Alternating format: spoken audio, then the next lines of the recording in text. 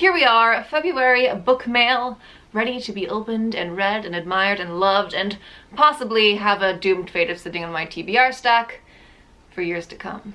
That is always my fear when I get books in the mail, that I'm like never going to be able to read them, because trust me, it happens. For a while I recorded the books coming in and the books that I reviewed, and it just made me depressed because I can only read so fast. But these are some books that came in for February releases. My god, has anyone ever thought about how hard the word February is to say? February. One of these I am extremely excited about, and I can't wait any longer, so if you're cool, I'm cool. And I think we should just talk about the fact that there's a Stranger Things novel. Hello, how are ya? Beautiful. Is this creepy? So this book is the first Stranger Things novel. If you have not watched the Netflix series Stranger Things, I'm really starting to question what you're doing with your life, all right? So if you haven't watched it, stop what you're doing right now. Like, leave this video and go watch Stranger Things, because it's that important. I'm sure you know, but in case you don't, it's basically a sci-fi show that is masterfully done.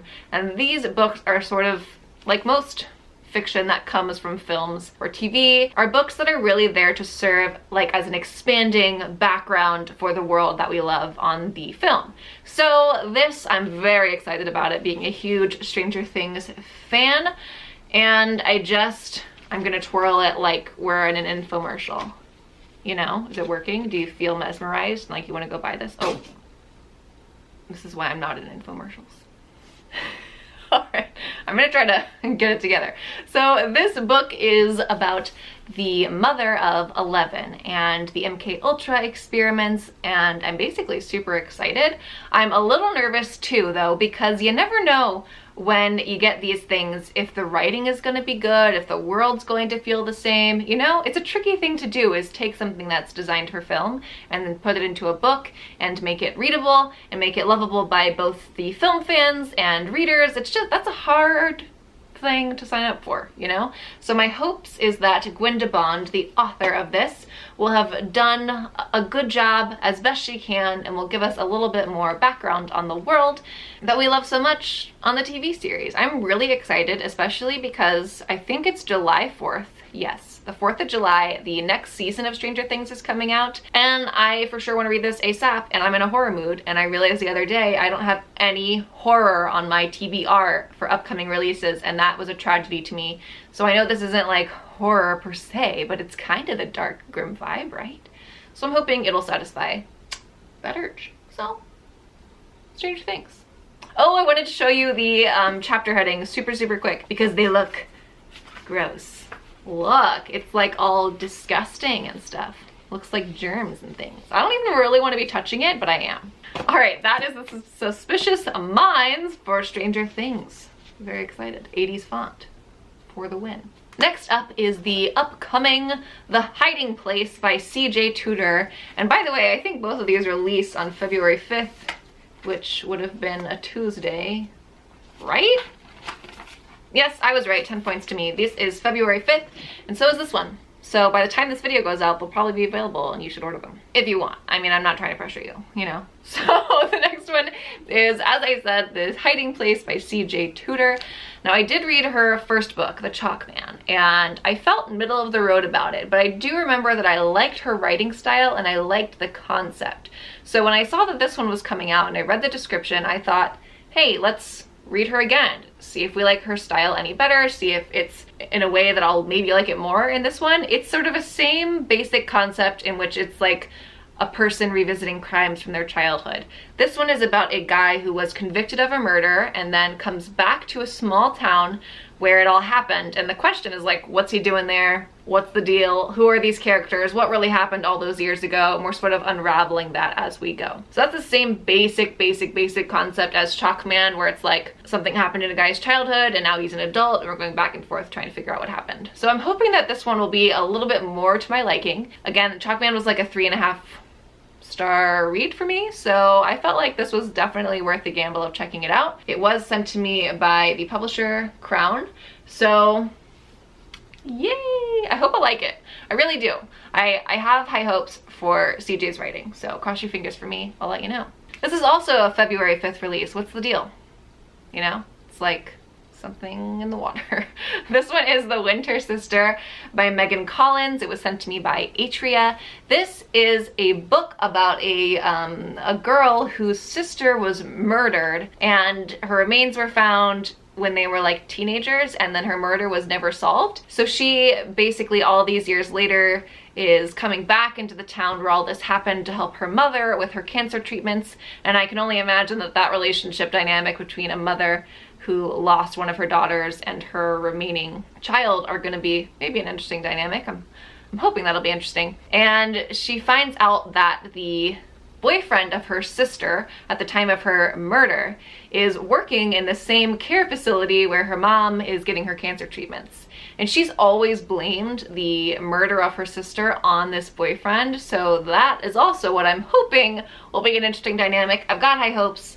I like the cover and I like the chapter headings because I don't know, I just like things like that, you know? It's little stars, cute. So I'm hoping that that'll be really fun. Atria usually has good taste. I can almost always count on an Atria book being like a 3-star, or if I'm lucky, more. So that's the hope here. Winter Sister, February 5th, from Atria. Boom, crushed it. On to the next. The next one is The Victory Garden by Reese. How do you say this? I need lessons in talking. Reese, is that it? Bowen? And I will say I've been sent all of her books, and for some god unknown reason, I've never read one. What's wrong with me? And what's weirder is that they're all like super highly rated. I don't know if it's the descriptions that like put me off, because yes, I do read contemporary, but it's like my least sought after genre. So I have contemporaries that are sent to me often for some reason. I don't fully understand why, because usually my tastes go a little darker. But I think something about the descriptions put me off, and I'm really rarely in the mood for these sort of like stories, which I call kind of like lifetime stories, because that's like the best analogy I can give to you for the descriptions that put me off. Stories that I think are probably fun and simple, but they're not really what I'm looking for all the time. So I just kind of hesitate. These are historical fictions. This one's set during the Great War, and it's about a woman who falls in love with an Australian guy. Ooh, saucy. What am I saying? I hate romance. But they get together and he goes off to war. Unfortunately, he dies. She is left pregnant and caring for a estate of some sort in Devonshire, somewhere. I can't say that word either. I'm just failing completely. How do you say that? Seriously, someone type it out, please, in the comments, because I can't pronounce anything. I blame my hick upbringing, okay? Which I also loved, but I'm just saying, you know, words are hard. Anyways, basically she's caring for a garden and she finds notes from a previous gardener, and something about these notes like appeal to her and like help her in life in some way. So I don't know why I haven't read one of her books, because they are so highly rated, like The Tuscan Child, which has a really similar cover to this. The ratings, insane, my man. It's like crazy.